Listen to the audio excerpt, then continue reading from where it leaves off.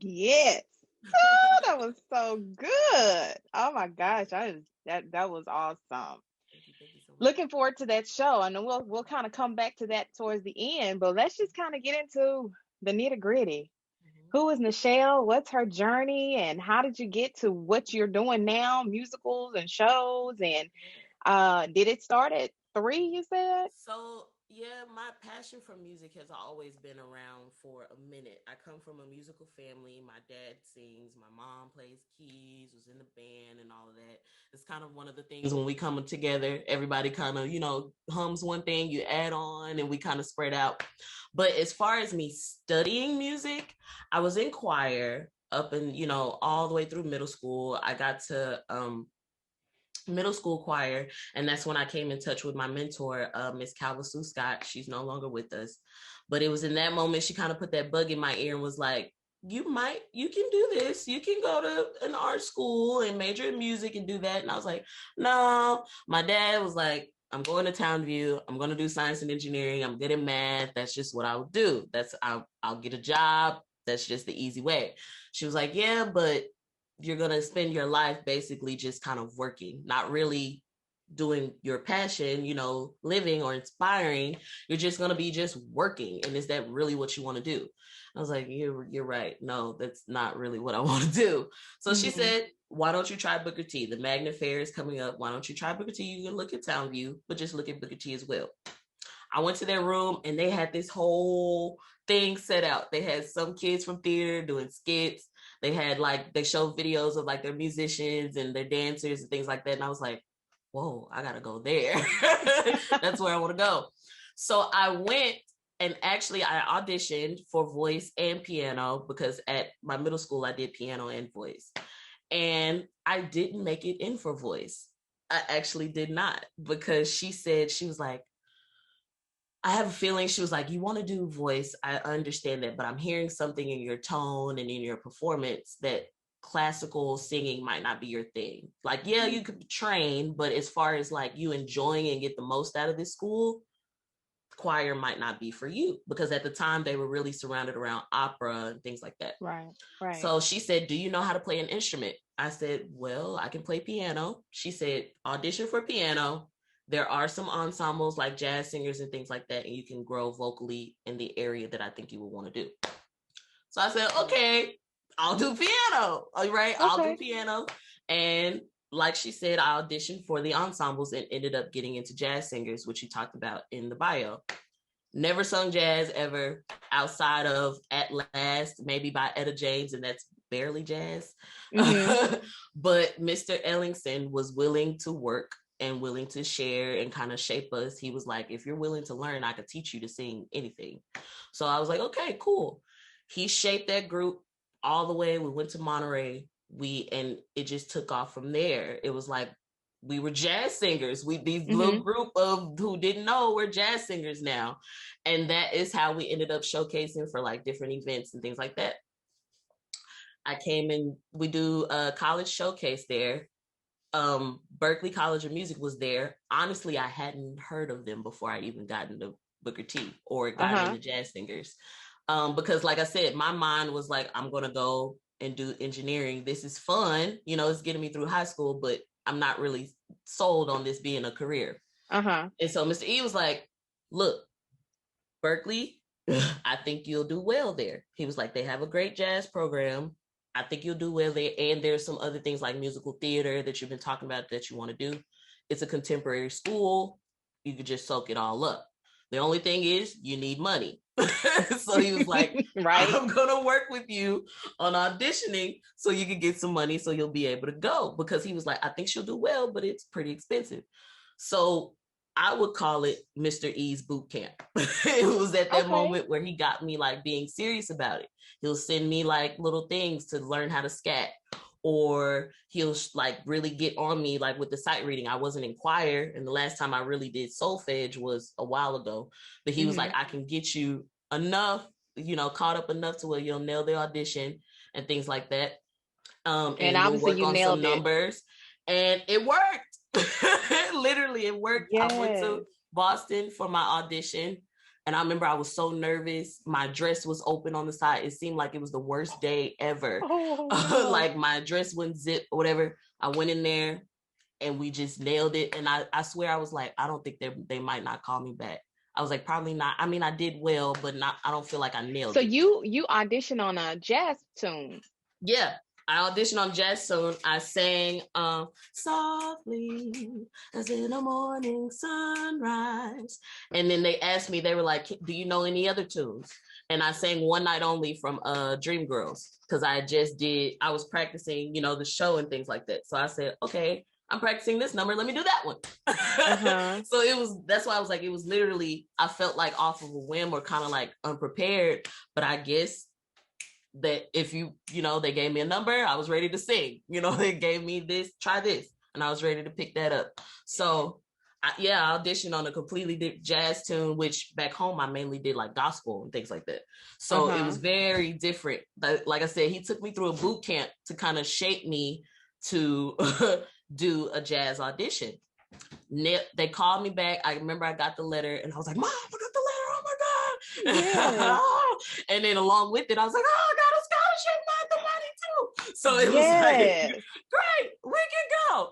And so it was very, very different. I was one of the first in my family to really study outside of the state. So it was a big thing. Like, wow, I'm going to be out here by myself. Yeah. In this new city, kind of studying this new thing I never really thought I'd be studying, but So you actually gave a lot of information. I'm just kind of want to really, as an educator, I really like to kind of give students that may see this later an idea. It's kind of, that was an overview, but some of the nuggets that happened and transpired from that audition time, from the time that you auditioned to literally waiting on okay, I got it. And then actually what happened when you literally left Dallas, flew or drove to Boston? Yeah, I flew. How I did remember that I look? flew. Yeah. So that is crazy. I never even thought of that.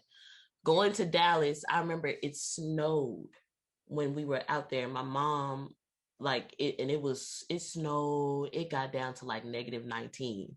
And I remember my mom, she was like, are you sure this is what you want to do? Because I was like, we're from Texas. We're not used to this. And Right. I remember I don't know. It was just something about, I believe that I kind of could or whatever. It was just like, it seemed like it was kind of set up in a certain way just for it to work out. Like, yeah, it was the worst day. My dress and things like that weren't working. But I remember being the only one to have a practice room. I remember because I asked them, I was like, do you guys have a practice room? Because I was so nervous. And I was like, I just want to kind of run through the materials that they gave me. They gave it to me. And I remember there was one practice room left. That's why I said it seemed like it was kind of set up. And it's just like, you just ask. And I was like, can I go? I'm auditioning. And they were like, sure. We usually don't. And the lady, she said that we usually don't open it to people who are auditioning, but I don't know. She said, I'm just feeling something. And she literally let me audition when I went in. So it was just like, I don't know, being willing to learn, being willing to listen, and ask. Don't be afraid to ask for anything. Because I would say a lot of the stuff I wouldn't have known had I not have, asked somebody about it. Going all the way to Boston. I'm sorry, my charger. It brought up a notification. My battery was low. But yeah. And like my teachers, like I said, though, my teachers being willing to kind of push me and tell me I could, and holding me accountable of it. I remember I was in Mr. E's AP class and he said, you can't be in my jazz singers and not answer questions in here.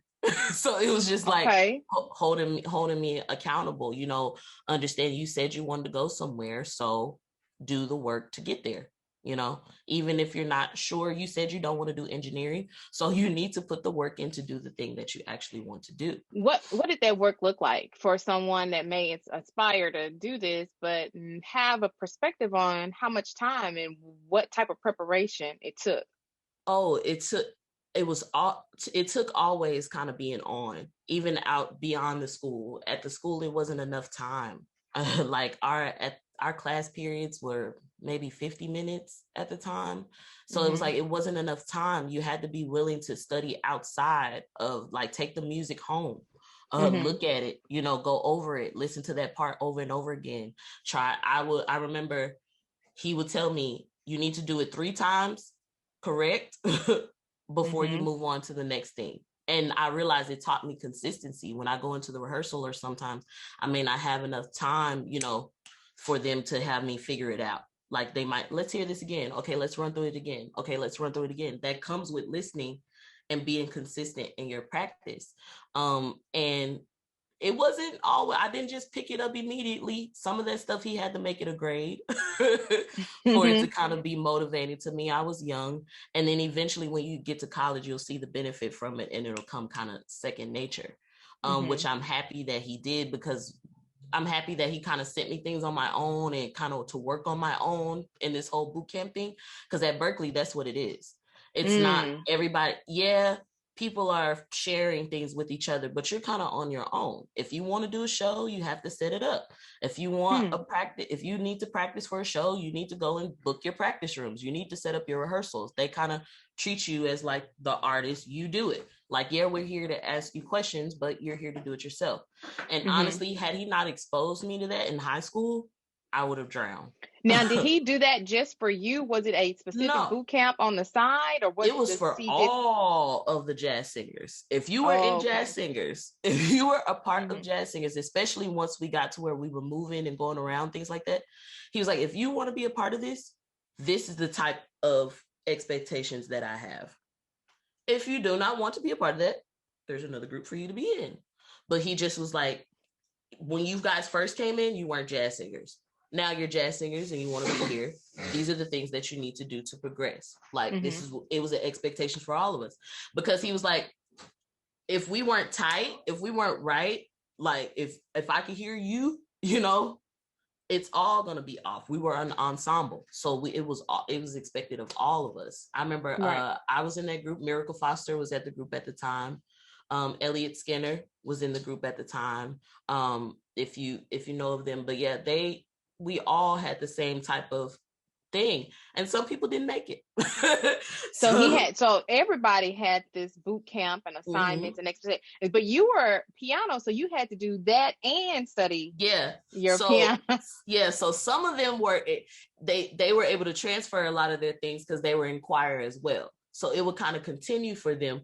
Whereas I was the oddball, like, yeah, I know how to sing, but I'm really a piano major. So sometimes there was some friction, because it was like, I have a piano recital that I'm waiting on, and my piano teacher is on me like, you need to learn this piece. And jazz singers is like, well, we have somewhere I have to go. And I was a section leader in jazz singers, and you need to make sure that the altos are doing what they're supposed to do. So it taught me organization early. Like organization and prioritizing things early. Like, this is what I have to do. This is what I have set in line. I have to meet this deadline and things like that. And I appreciate my teachers for not letting up. At that moment, I didn't understand, but I appreciate them for not letting up, because now I wear so many hats. I do musical theater shows. I might do, this here. And I'm also a full-time educator. So it's like, it taught me early to wear many hats and do your best, to shine in all the areas that you're in. Don't just say, I have a lot on my plate, so I can't do that. No, you signed up for it. Okay. And so, who did you study piano with? With Miss Eva Flowers. Yes. She is retired now, but I did study with Miss Eva Flowers. I definitely did. All 4 years. All 4 years. I did. With Miss Eva Flowers. And I'll never forget, because when she heard I came in, I would say I was more advanced in voice than piano, but it was so funny. She said, I'll work with you. She said, you got church in you. I can hear it. She said, I'll work with it. And she made me a classical pianist. I would definitely say that she pushed me to learn classical music. That's it. And so she's retired now. Sweet Miss Eva. I miss her too. Yes, I studied under her my time there. It was wonderful, sweet teacher. So we have talked about that foundation in high school, and educators played a major part. Sounds like in your story, even coming from a musical family. That musical family, you had it, but just that guidance that you got from. And I like to piggyback off of that, like an educator, I forgot to mention one who got me to study. Eva Flowers, yes, in high school, but Mr. Timothy Brown was the one. I remember I did a oratorical speech, and he went to my dad and said, I need her in my program because I had to learn a speech like overnight. He said, I need a memory like that in my program. So Timothy Brown, I wouldn't have touched the piano had he not went and had a conversation with my dad. Yeah. And what grade was this? That was second grade. So it was the second grade Black History program, and I did a speech. And after it was over, because one girl dropped out, and I remember last minute, they were like, we need somebody to do a speech. I was new to the school, and I was like, I know this one. And he was like, she memorized it so fast. I need a memory like that in my program. And my dad was like, I don't know. She's never said she wanted to play piano. I don't know. Maybe he was like, bring her. And if she did your dad plays piano or mom? No, my mom does. But it was always just been for church. It was, and I never, like he said, she never showed interest in like wanting to learn. I don't know. But he was like, sign her up. If she likes it, we'll keep her. If she doesn't like it, she could stay in just choir. But it was all she wrote after that. No, that's so the interest and the push started in second grade. And the impact of educators. That's awesome. So this experience and journey sounds great. Anything else before we kind of move on that you want to share about? Maybe because we kind of talked about high school and that preparation, but I'm sure it sounds like there was a big adjustment, having to adjust to the lifestyle as a musician at Berklee. Kind of how do you describe that? I know you say you kind of you learned independence, learned how to kind of take care of matters and take care of things and prioritize and time management, but the experience just on campus and the other classmates, etc. So when it can be interesting, like I said, at a school like Berklee, you got to have tough skin. And I say that because being there, I've met lifelong friends. One of my bestest friends that I've met, she's the godmother of my daughter now. You know, I wouldn't have never met her had I not went there. But I also have dealt with some things while there, as far as like the competition thing. Berklee has this thing of once you're labeled at being at Berklee, this is the best of the best. Maybe some people might leave here, get a Grammy. Some people might get that big gig or whatever. So you feel this need to kind of say what I have going on, or kind of be doing something, or I have to be pushing, or I have to be doing better than you, and being the number one, person out there. And my freshman year, I would say, getting caught up in that, I lost myself. I lost my artistry. I realized I'm starting to sound like everybody else. I'm starting to do shows that look like everybody else because this is what people want. I'm not happy anymore, though. It's like, I'm not happy. I'm not wanting to practice anymore. I'm just kind of doing this to get the show done, because you get caught up in nobody's coming to my show. You get caught up of like, my parents are paying, for me to be here. I'm on this money to be here. Oh yeah. Because by the way, when you're a scholarship student, you have to do a certain amount of notches or like shows or things like that to keep it. And so it's this earning, it kind of puts you in this competition thing of like, I have to get these notches of the shows. If I don't, I might not stay. So it's a constant like thing going on. But I was like, I lost myself. I don't sound like myself anymore. I'm doing songs that I don't even really like. I'm worried about, are people going to come, to my show? I'm worried about, am I going to keep this scholarship? I'm worried about this and that. And then I remember when I met my friend, she actually went to Boston Conservatory, which is like across the street from Berklee. And she said, you know what? Like, it was just like, scrap all of that. If you aren't happy, you're the one, that degree at the end of this has your name on it. Is what she told me. You need to make sure that you're happy. You need to make sure that your investment is being used in the right places. Not these other people who, if you should happen to leave here because you're not performing like you should, they're not going to give you a dime. They're not going to call you, whatever. Do you be yourself? And then they will gravitate towards you because they see something being unique. They see you, finally standing up and doing yourself. You will stand out. So I was like, you know what? Okay. All right. We're going to do it. I was like, I'll try to find my sound, I'll try to figure out my thing there.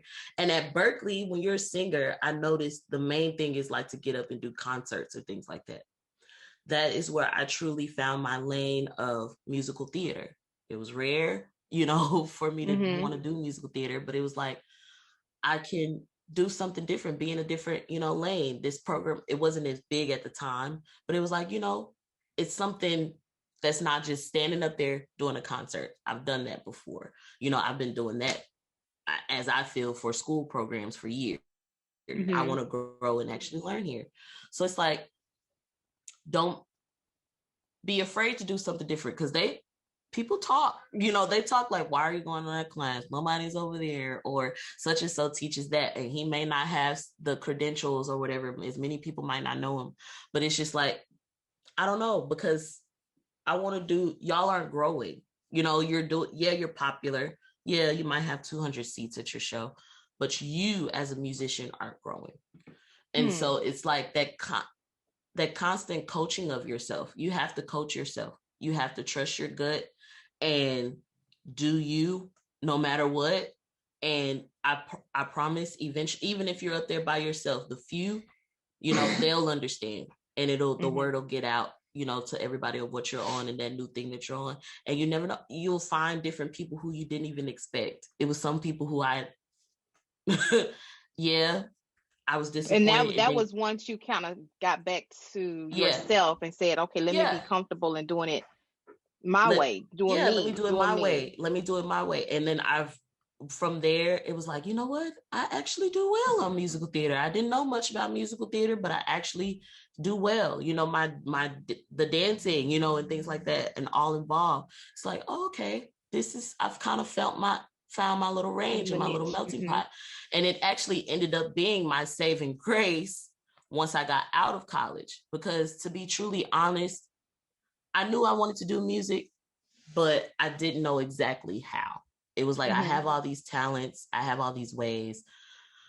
God, what am I going to do? Am I going to teach? Am I going to do musical theater? Am I going to record? I don't know. But musical theater actually ended up being that niche while I figured it out. When I graduated, I had a job at a theater, Jubilee Theater. And while I was there, they were flexible. I learned so much, with them, and, was kind of working at the same time. Okay. So it was like the very thing that was different, the very thing that people really didn't want me to do, is the thing that opened doors for me, in other areas. There is where I met teachers who were going through their teacher certification for music as well, or had been through it and could mentor me and shape me and things like that. I've also met wonderful babysitters for my daughter for times where she's had to come to rehearsals, with me. So it's just like that type of, connection and doing your own thing. You may never know. And here I am, right, teaching now at the very school that my instructor, kicked off my music career. Now I'm back and able to kind of do the same thing to the next generation. All right. Well, this sounds like a great segue. You kind of you've kind of taken us from how you started to that high school experience, college experience, to the present. So it kind of great segue now. So we're gonna get a little bit about what you do, kind of some tips and techniques of the trade, and a little bit more with a part of your presentation, so we can transition to there and then move on into some tips that you're going to share. So what I do now, what sometimes feels like a lot. First things first, I am a teacher full-time, a music teacher. I teach pre-K through 8. I have over 400 kids on my roster right now. So my lessons might range from us learning about colors and our lions and things like that to, of course, theory and performing and like that. Here recently, I'm not doing as much shows or musical theater, things like that, because of COVID, but I have been getting into finding ways of how we can still perform or get art out there. Especially with the kids, they want to sing so bad, but we can't sing inside. So I was like, you know what, let me take some different skills that I know that have helped in, in musical theater like that. And then when we get back to singing, we can, add these things to it. So that's mainly been teaching them dance, maybe, and also teaching them ASL. Okay, ASL is American Sign Language. Okay, and it is when you put hand signs or pictures to words and you communicate with the hearing impaired or the deaf. This has been a big, big lifesaver with the pandemic. Like I said, we can't sing indoors, but we can still sing with our hands. And so I'm thinking of, getting a sign choir and lessons and things like that. So, and you can do it virtually. We can stay safe inside or whatever. Right. So I'm going to show you a little bit of that, a little bit of ASL. What we've been focusing on is Black History Month. So I've been highlighting some different artists and genres that come from the African diaspora. One specifically is Louis Armstrong. He's the father of jazz. And he has that wonderful song, What a Wonderful World. And like I said, I teach them, it can range from colors all the way to theory. So with my little ones, we've been focusing more so on the colors that he talks about in there. So like red, or red roses, or the green trees, right? Or the white clouds, or the blue skies, or rainbow. And also raising their hands if they hear different instruments, or see him performing different instruments. You can teach them the instrument families from that.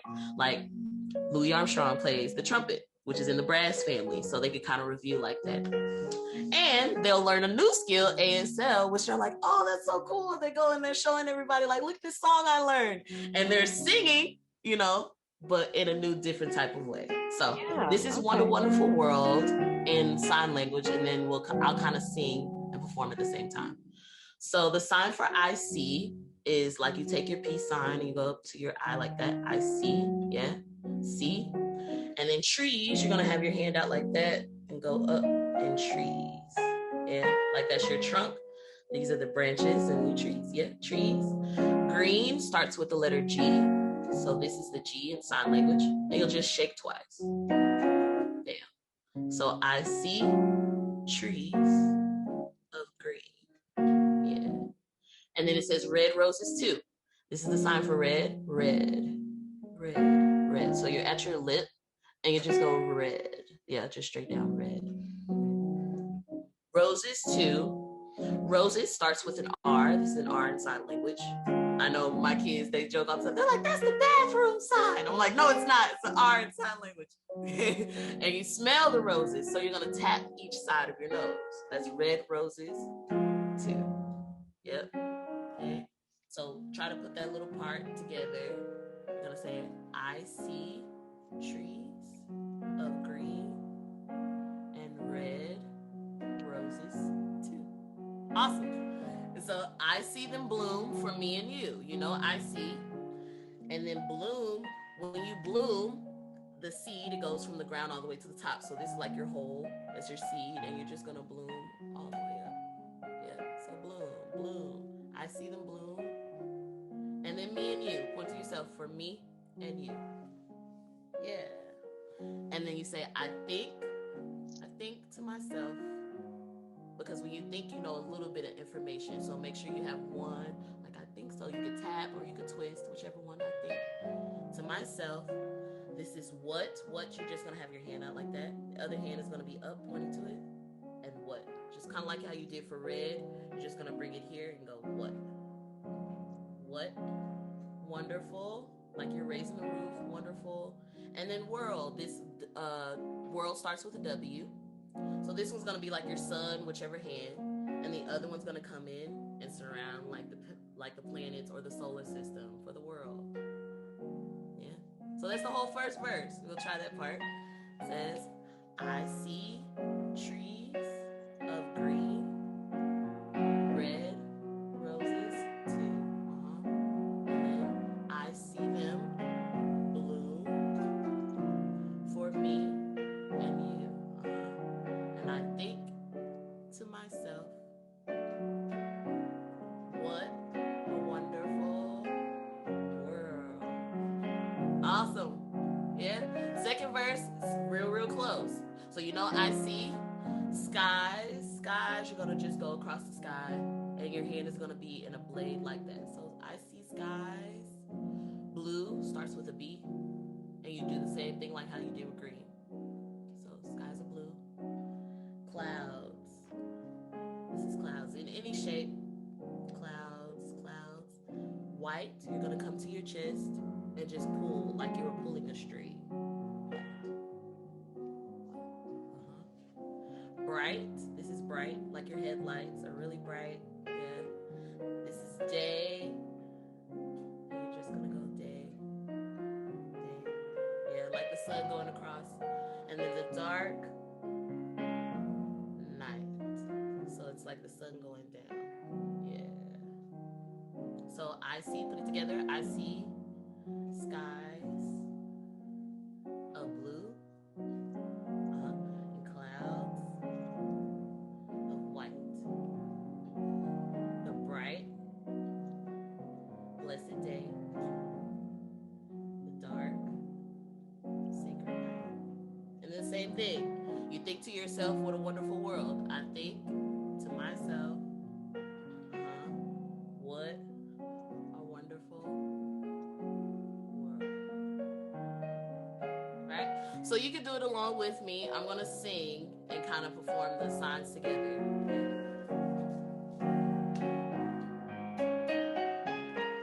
I see trees of green, red roses too. I see them bloom for me and you. And I think to myself, what a wonderful world. I see skies of blue and clouds of white, the bright blessed day, the dark sacred night, and I think to myself, what a wonderful world. Now we didn't learn this next part, but you can kind of see the signs that go with it. The colors of the rainbow, so pretty in the sky, like all of the faces of people going by. I see friends shaking hands, say, how do you do? They're really saying, I love you. I hear babies cry. I watch them grow. They learn much more than I'll ever know. And I think to myself, what a wonderful world. And so, yes, you can kind of nod your head, yeah, yeah. I think to myself, what a wonderful world. Simple. And so the kids, you look up, it's really nice. I wonder, actually. Yes. Oh yeah, because I was like, some of my virtual kids, it was actually really beautiful to see them in their homes. Because like a lot of them, I haven't seen them all year. And so they were like, "Oh, I finally like got to do something." Yes, I can So they're see that being performing at home and performed kind of by. singing and performing like that. Yeah, Yes, that seemed like that would be so beautiful seeing kids perform that. I'm just yeah, visualizing it, and that song is yeah. just And with the so. pre-K ones, they may not get the hand signs, but you can like sometimes they'll have scarves. So like they'll run in or do like a dance with their red scarf for the red part, Mhm. or like for the blue Mhm. part, they might do that with that. So you can change up different ways. That is beautiful. That is beautiful. Okay, so you have shared a lot. I don't know if you have any tips or tricks of the trade that you kind of, I guess, maybe use for yourself. If there's any events or kind of maybe I don't want to say bumps in the road or just kind of things you want to alert a young person that maybe graduated from high school, things to look out for, anything like that, because we're going to go ahead and kind of bring it to a close. Yeah. And you've shared so much, but whether it be something you didn't know that you wish you had known, or maybe some bumps in the road that you encountered that may help another student that may be looking to move in this path, or anything. Okay. So, first things first, do not sweat it. None of us really know what we're doing. And I say that to say, like, you don't have to have all the answers. You're just in high school, like you're 17 and 18. Have fun. Yeah, you can focus on what you want to do. A lot of people say, like, oh, when you go to college, you need to focus on what you want to do. You need to have a job. You need to do that. But you also enjoy your friends. Enjoy, like I said, I've met some of my friends who I have now for a lifetime who ended up, when I got ready to look for a career, were able to help me out. And I may not have gotten that had I not taken a little bit of time to socialize, and interact with people and share some information. So Mm-hmm. you don't have to have it all together. Yes, put some time for that, but also enjoy your friends. Um, be willing to try and listen, soak up everybody, especially if people are willing to give you free information. Right now, a lot of people make you pay for everything.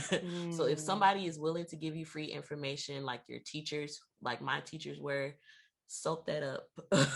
Please. It's some things I wish I could have soaked up a little more, especially from my teacher who is passed on now. But it's like when it comes to teaching or just in the classroom, I wish I was able to ask her questions. So it's like, if you have free information, soak that up. Soak it all up. Um, as far as the pandemic, be encouraged. There's still ways to perform, still ways to do it. Right here, I'm in my house, and I haven't sang in a theater in a year. But Mm. be creative. This is your time at home where you can work on that thing that you've always been wanting to improve on. It could be sight reading. It could be practicing an instrument. It could be, like learning a new dance or a new technique.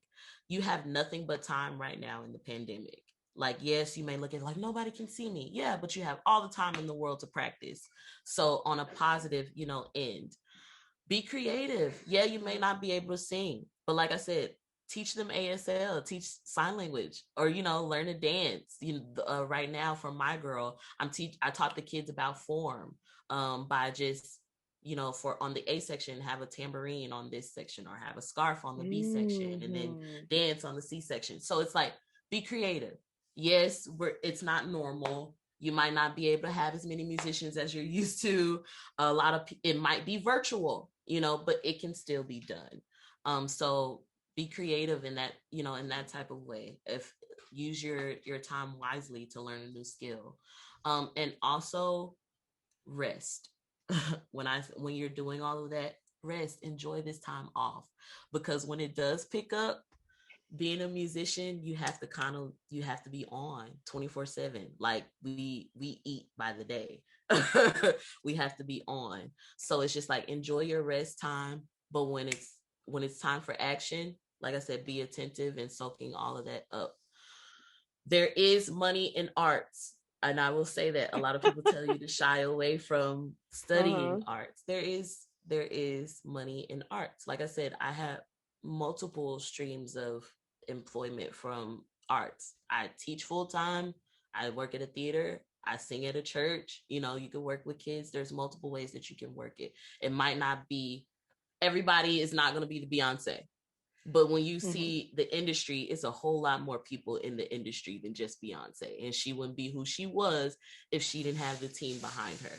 So there's multiple streams. It doesn't have to just be on the stage. There's Right. production, there's management, there's stage management, there's photography, there's like some background makeup, everything, that goes into the arts. And we need you.